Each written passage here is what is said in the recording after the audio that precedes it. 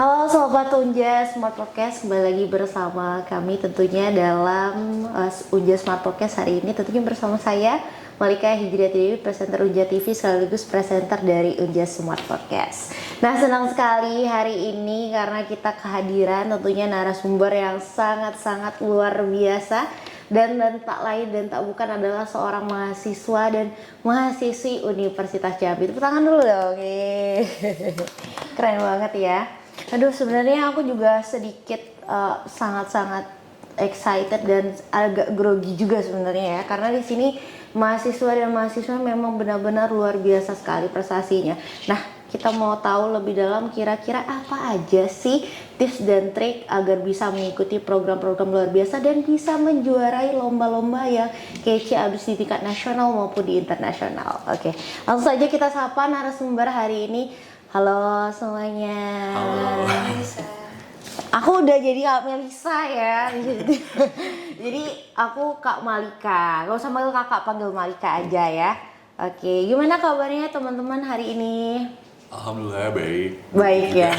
Kalau yang cantik gimana kabarnya? Oke, puji Tuhan sehat. Puji Tuhan sehat. Oke, kita mau kenalan dulu dari teman-teman. Mungkin kalau ada pepatah itu tak kenal maka tak sayang. Tak sayang makanya kita nggak bisa kenalan gitu ya. Langsung aja kita kenalan. Mungkin ladies first ya, izin ya. Karena biasanya perempuan pertama, nggak apa-apa. Kita kenalan dulu untuk yang cantik. Namanya siapa? Boleh? Oke, baik, perkenalkan, Iya. saya Riko Lisyana Sinurat dari Fakultas Ekonomi dan Bisnis, Prodi Akuntansi. Oh, prodi akuntansi. Sebenarnya aku sudah kenal namanya, mungkin tapi pemirsa Unja Smart Podcast belum kenal ya, makanya aku tanya dulu ya, gitu ya. Oke, jadi Rifka Luciana Sinurat dari Fakultas FEB ya, panggilannya Rifka. Rifka. Oh, Rifka. Oke, nah kita beralih lagi nih sama si ganteng dan berprestasi juga, ya, gitu ya. Langsung aja untuk narasumber berikutnya. Halo. Halo Mbak. Halo Mbak Abang ya gitu ya. Atau Bapak Mas aku panggilnya ya. Langsung aja, namanya Giza Lisma ya. Giza. Ya, panggilannya Giza. Giza. Nama panjangnya Muhammad Agiza Ibrahim Amir. Oke. Ya, dari kedokteran angkatan 2020. 2020. Jadi kesibukannya sekarang Giza apa? Sekarang lagi nunggu koas aja sih sebetulnya. Oh, Iya. koas. Jadi sebelum jadi dokter gitu loh ya langsung ya. betul. Keren. Jadi memang kalau untuk kuliahnya sekarang memang masih menunggu koas aja ya. Iya, karena sudah selesai juga, udah skripsi, tinggal yudisium dan wisuda aja. Oke gitu ya. Kalau Rifka gimana kesibukannya sekarang? Kesibukannya sekarang itu lagi magang ya, Oh, lagi magang di mana? di Bank BTN Telanai. Di Bank BTN Telanai. Wah, keren banget ya. Jadi nanti luarannya kira-kira udah tergambar ya. Kalau bisnis itu bakalan bisa bisnis juga di luarnya gitu ya. Ilmunya nanti di bank bisa diimplementasikan gitu ya. Oke. Langsung aja karena kita sudah kenal, ini kita akan coba mengulik ya prestasi-prestasi maupun pengalaman dari narasumber kita yang tidak diragukan lagi. Tentunya untuk kita nih mahasiswa dari Universitas Jambi. Langsung aja untuk yang pertama kita ladies first, masih yang pertama ya.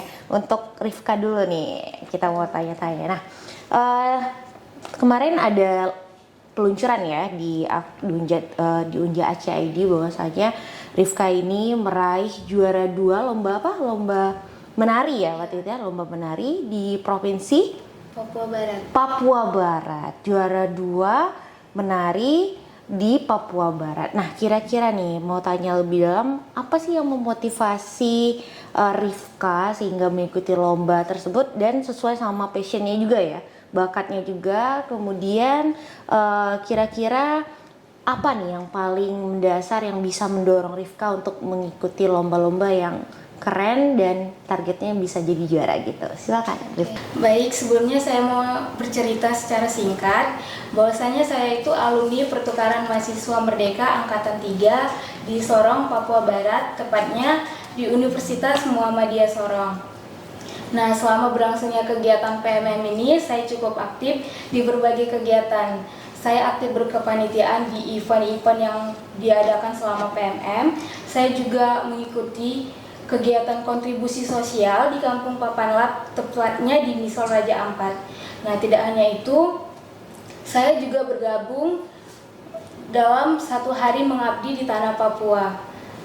Terus saya juga mengikuti Pekan Sains Seni dan Olahraga di Sorong Unimuda gitu. Oh gitu, oke. Jadi kira-kira nih yang membuat sangat-sangat tertarik sama kegiatannya itu apa kira-kira? Awalnya itu Iya.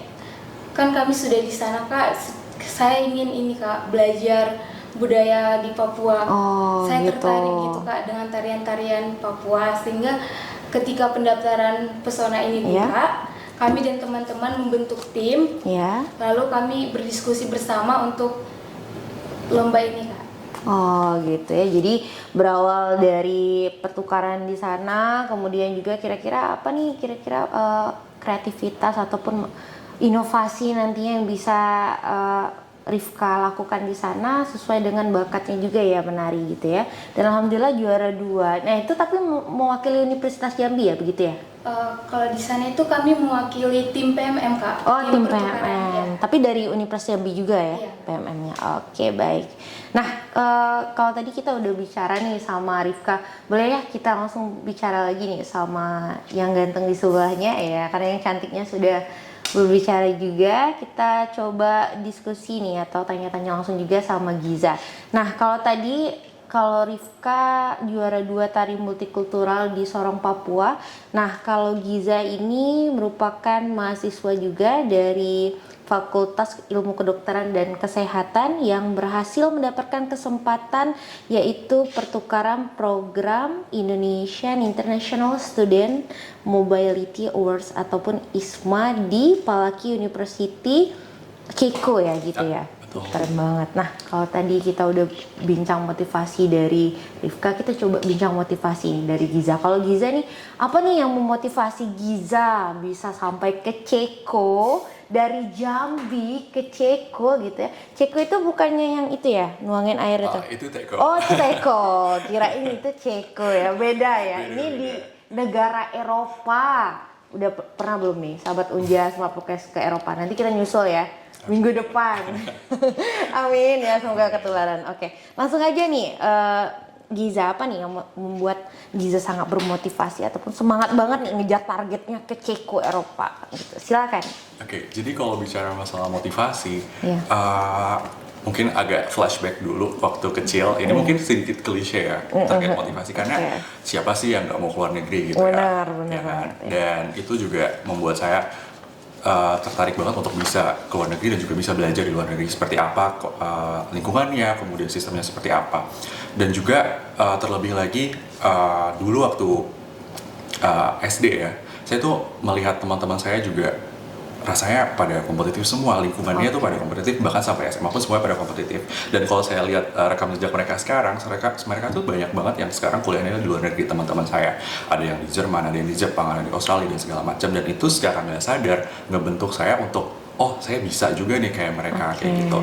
Dan akhirnya juga setelah saya kuliah dan melihat ada program ISMA ini, dan saya juga lihat banyak sekali kayak di Instagram, di TikTok ya, orang-orang menceritakan pengalaman mereka untuk mengejar ISMA ini, ya kenapa enggak gitu loh. Dan itu akhirnya memotivasi diri saya untuk bisa mengejar ISMA ini, target ISMA ini, dan akhirnya ya sekarang menjadi awardee dan udah menjadi alumni awardee ISMA gitu.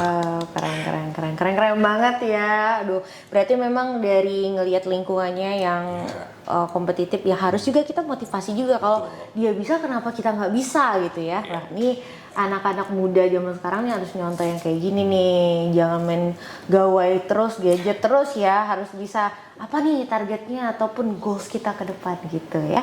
Oke, nah untuk persiapan nih yang Giza lakukan kira-kira berapa lama atau rangkaian kegiatannya itu dari mulai alur pendaftarannya sampai dengan bisa langsung ke Cekonya itu seperti apa? Nggak mungkin ya Jambi tiba-tiba ditelepon langsung bawa koper ke Ceko gitu, nggak mungkin juga ya, pasti ada persiapannya. Nah boleh Giza jelasin gimana tuh? Oke, jadi saya itu mendaftar di ISMA yang tahun 2023. Oke. Dan itu tuh dimulai, jadi Unja itu awalnya membuka program persiapan, itu Unja Camp Training, itu di bulan Januari tahun 2023. Dan sebelumnya itu saya sebenarnya sudah menargetkan bahwa ingin ikut ISMA tahun 2023 itu dari bulan Desember 2022.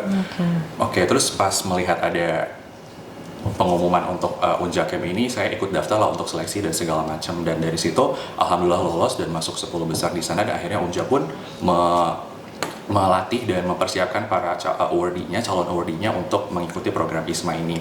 Dan akhirnya setelah itu mulai tuh buka pendaftarannya. Jadi pendaftarannya itu kita mulai dari seleksi berkas dulu. Memang banyak sekali berkas yang harus dipersiapkan. Baru setelah seleksi berkas itu nanti akan ada pengumuman untuk siapa nih yang masuk untuk tahap wawancara. Nah sayangnya waktu itu Giza nggak lolos di tahap itu. Jadi yang pertama ya? Yang pertama. Coba lagi, try again katanya. Ya, itu nggak lolos. Dan oke, itu jadi program ISMA itu sebenarnya ada dua. Jadi aku mau jelasin dulu. Ada ISMA yang reguler, ada ISMA yang co-funding untuk yang di tahun aku ya. Karena di tahun ini ada perbedaan, ada perubahan. Dan untuk yang reguler Giza nggak lolos. Dan saat itu Giza nggak tahu tuh ada program co-funding, karena ternyata setelah ditelusuri bahwa program co-funding di tahun 2023 itu semacam pilot project-nya dari Kemendikbud dan LPDP seperti itu. Oh oke, nggak lolos. Oke, Giza kira udah selesai dan nggak ada apa-apa lagi. Oke, Giza lanjut lah aja ya, gitu ya. Mikirin skripsi dan segala macam gitu. Dan ternyata ayah waktu itu ngasih tahu, Kak, ini ada program nih, ada program ISMA co-funding namanya. Itu jadi semacam partial scholarship gitu. Jadi sama sih ISMA juga yang membuat programnya itu seperti itu.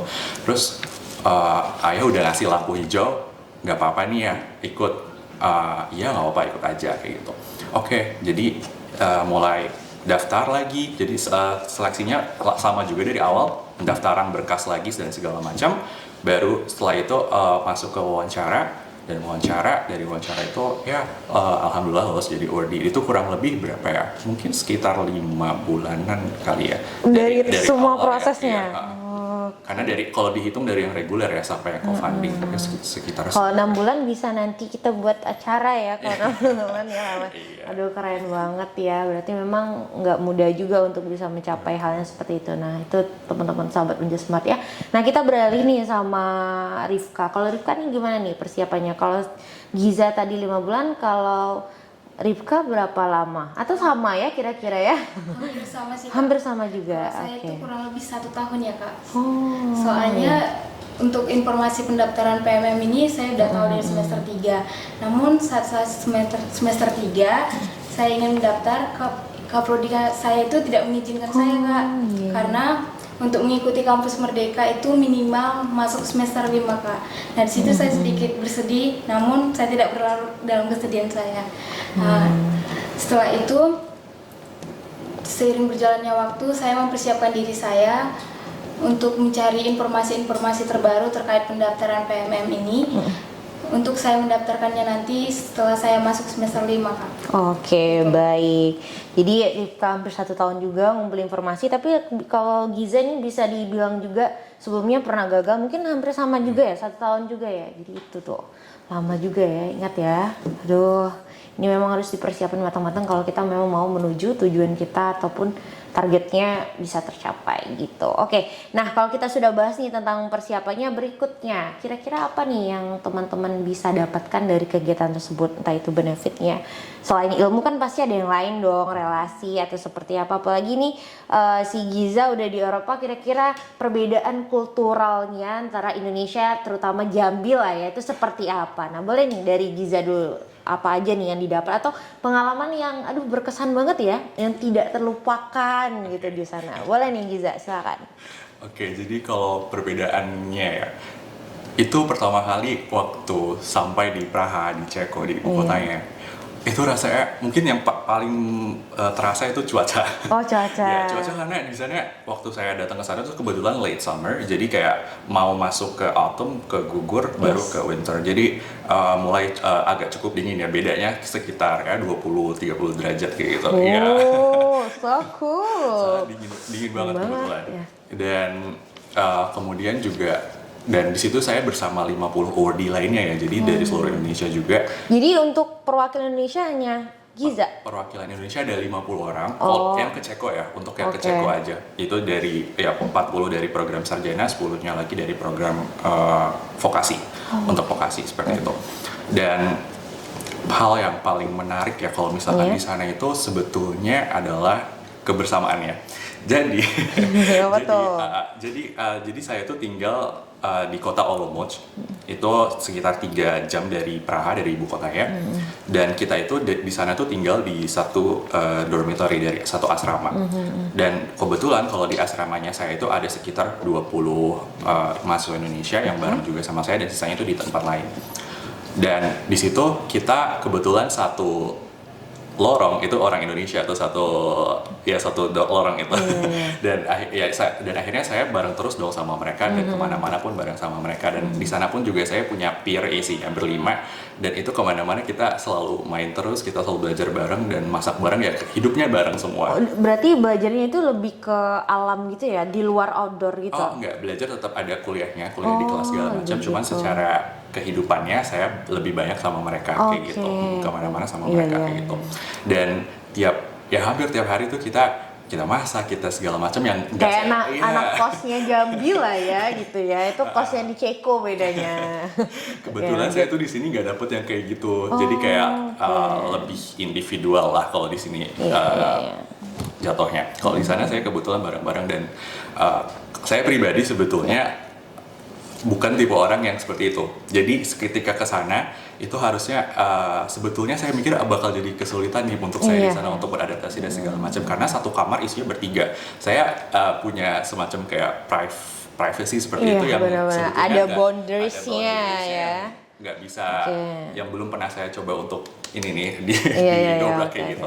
Dan di sana saya harus belajar dong untuk menerima kayak gitu, dan menerima seperti itu. Dan itu menjadi satu hal yang menurut saya menarik, karena tinggal bareng dan segala macam bareng, kehidupan bareng semuanya, dan itu ya menarik banget ya, berkesan lah ya, karena memang hal yang di Jambi belum bisa dapat yang seperti itu ya. Nah kalau dari segi pembelajarannya apa nih di sana yang didapat dari pertukaran itu, ilmunya seputar apa aja kira-kira? Nah ini juga yang menarik sih sebetulnya, karena ISMA itu mendorong untuk mahasiswa untuk belajar di luar background pendidikan yang dia ambil di universitas asalnya. Jadi saya kedokteran, tapi saya di sana belajarnya marketing, saya belajarnya history, saya belajarnya psychology. Berarti nggak sejalur itu ya? Kalau saya kebetulan di sana nggak linear belajar, dan juga mata kuliah yang mereka tawarkan, Palatsky tawarkan itu tidak ada untuk medicine, tidak ada untuk kedokterannya kayak gitu. Dan secara sistem mungkin kurang lebih sama, tapi yang membuat menarik di sana tuh lebih terintegrasi. Kemudian juga dosennya menurut saya jauh lebih fleksibel, jadi mau ditemui kapan aja pun juga bisa, asal buat appointment kayak di email dan segala macam kayak gitu. Dan secara cara pengajaran pun kurang lebih pun juga sama, tapi ada satu hal yang menarik di kelas history, karena saya kan history ya belajar di SMA, SMP, SKS kayak gitu ya, bukan secara akademik di sini gitu. Dan di sana kita belajar history pun juga per 2 minggu kita keluar kelas, jadi belajarnya sesuai dengan situs-situs yang ada di kota itu. Jadi kita kunjungin situs segala macam, dan itu menurut saya menarik karena kita bisa keliling kota, kita bisa melihat situs yang bersejarah, dan ternyata sejarah di kota sana secara kompleks dan juga masih tersusun rapi gitu loh untuk kita buka dan segala macam gitu. Baik. Yeay. Keren-keren. Aduh, ini Giza sama Rifka emang kalau katanya itu sih apotek bakal tutup deh, nggak ada obat gitu ya. Iya, aduh keren banget ya. Berarti emang di Ceko belajarnya di sana bukan hanya sebatas belajar yang di luar fakultas ya, selain ilmu-ilmu kedokteran aja di sana juga belajar, kemudian juga kultural belajar, budaya juga belajar, dan ada hal-hal menarik yaitu tadi ya, interaksi sosialnya juga berbeda. Oke, thank you Giza.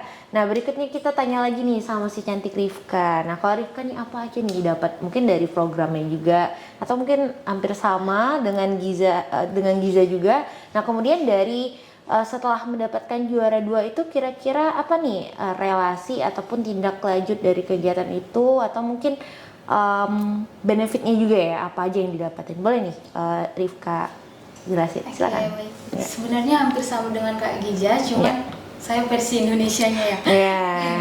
Jadi di sini ada multilingual ya, ada 2 di sini ya. Oke. Kalau di sana itu juga saya ini terkejut dengan cuacanya di sana ya Kak, karena nggak nentu, kadang hujan, sejamnya lagi panas terik gitu Kak. Lebat nggak hujannya? Awet kadang. Oh awet juga. Deras gitu Kak. Tapi habis itu sejam kemudian langsung terik gitu Kak.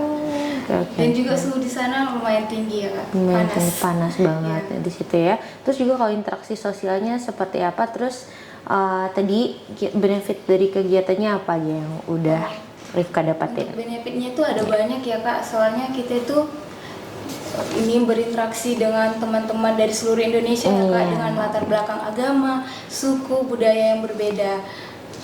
Terus kita juga di sana itu tinggal di satu asrama Kak, dan itu sangat-sangat berkesan ya. Setiap malam itu kita selalu berkumpul kayak sharing-sharing gimana sih kehidupan di kota ini, di kota itu gitu Kak. Oh, seperti itu. Terus juga di sana banyak sekali sih benefit yang kami dapatkan. Kami bisa belajar bagaimana hidup di pedalaman Kak, tanpa adanya listrik. Jadi di pedalaman di sana apa Iya, Kak. penginapannya? Oh, Sekitar seminggu di kami bagian itu apa? Daerah mana? di Papanlap Kak, kampung Papanlap. Papanlap. Oke, Di Solaja Amat tepatnya. Oke, baik, keren ya. Kemudian juga kalau di sana itu, kalau sekiranya hari sudah malam, kegiatannya apa aja di sana? Ada belajar bersamanya juga?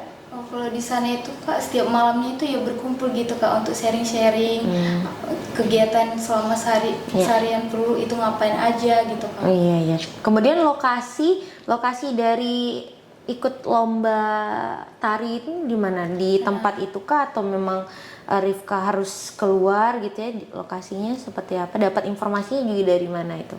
Nah, kalau untuk lokasi Pekan Sains Seni dan Olahraganya itu dari kampusnya Kak, dan kebetulan kampusnya itu berada di kota sih Kak, di Sorong. Oh begitu. Oke, baik. Nah, aku menarik nih, kan tarian ada gerak-gerakannya lah ya. Nah, gimana kalau kita coba nih? Aku pengen banget nih Rifka bisa sedikit lah ya, tangannya aja kali ya, karena sahabat Unja Smart Podcast juga penasaran kira-kira tari multikultural itu yang seperti apa gitu ya. Bisa nggak kira-kira sedikit diperagakan tangannya atau seperti apa?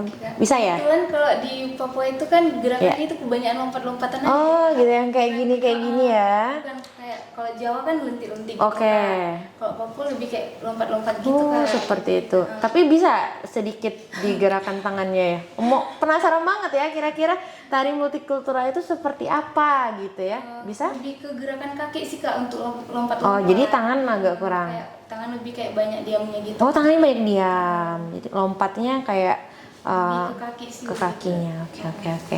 Jadi kalau mau ngelihat tari multikulturalnya nanti kita coba ke sesi berikutnya. Makanya harus pantengin terus nih sahabat Unja Smart Podcast. Oke, baik. Sepertinya keren-keren sekali, dan aku juga sebenarnya tidak banyak lagi bisa berkata-kata ya. Nah, sekarang di sesi terakhir aku mau minta nih untuk kedua teman-teman bisa nih ungkapkan apa harapannya ke depan dari program yang sudah dijalankan ini, ataupun mungkin kita bicara tentang ada misi berikutnya apa nih, ada tindak atau mau tahun depan mau ikut lagi, Rifka gitu, ada nggak kemungkinan ikut lagi? Sebenarnya ada Kak, cuman itu programnya cuma bisa diikuti sekali Kak. Oh, sekali. Jadi sebenarnya pengen ya, tapi karena hanya sekali, alhamdulillah juga sudah sangat membanggakan Unja juga ya, jadi sudah cukup lah ya. Oke, boleh nih teman-teman harapannya dan mungkin sedikit motivasi ya teman-teman untuk sahabat Unja Smart Podcast hari ini, ataupun generasi muda, atau mau salam-salam sama keluarga. Iya, oke. Silakan untuk yang pertama bisa kita minta ke, boleh nih Giza aja dulu yang pertama ya, karena tadi ladies first terus ya. Oke, silakan Giza, boleh. Oke, jadi terkait dengan program ini dan juga mungkin segala program exchange atau abroad yang disediakan dan tersedia gitu, dan yang teman-teman bisa lihat di internet atau sosial media manapun, aku berharap bahwa teman-teman Universitas Jambi, untuk adik-adik tingkat atau siapapun di sini, untuk jangan takut memulai untuk membuka dirinya untuk bisa berani taking step further untuk bisa melihat dunia. Jadi karena dunia ini luas, sayang banget kalau nggak di-explore. Jangan mainnya di Jambi aja, cari networking, cari pengalaman, karena dengan pengalaman tersebut itu juga bisa membantu karir teman-teman di depan seperti itu. Dan saya harap Oh ya, mungkin teman-teman juga jangan takut untuk menggunakan bahasa Inggris karena itu juga menjadi landasan teman-teman untuk bisa berkomunikasi, bisa berinteraksi, bisa belajar, ya bisa keliling dunia juga. Oke. Kayak gitu. Itu dari Giza ya. Intinya jangan takut memulai sesuatu. Jadi kira-kira kita udah ada pencapaian juga jangan cepet puas gitu ya. Intinya betul. terus mengeksplor kira-kira bakat terpendam ataupun ada keinginan yang belum tercapai. Yuk, sekarang kita harus bisa menuju keinginan itu. Keren. Oke, teman-teman tepuk tangan dong pemirsa. Sini ada tim Hore juga sebenarnya ya, tapi memang tidak terlihat saja. Nah, terima kasih Giza.